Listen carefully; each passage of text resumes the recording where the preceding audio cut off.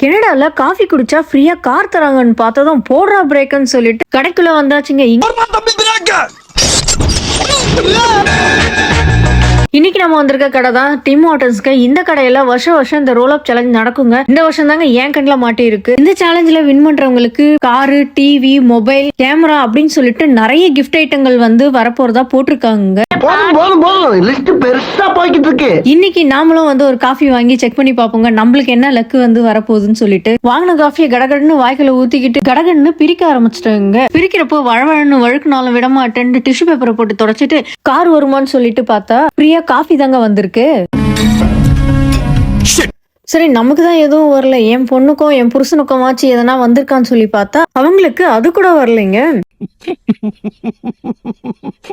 கடைசி முயற்சியா ஆப்லயும் போயிட்டு இருக்க ரோல் அப் வந்து ட்ரை பண்ணி பார்த்தலான்னு பண்ணதுக்கு எங்களுக்கு லக்கு கிடைக்கலைங்க.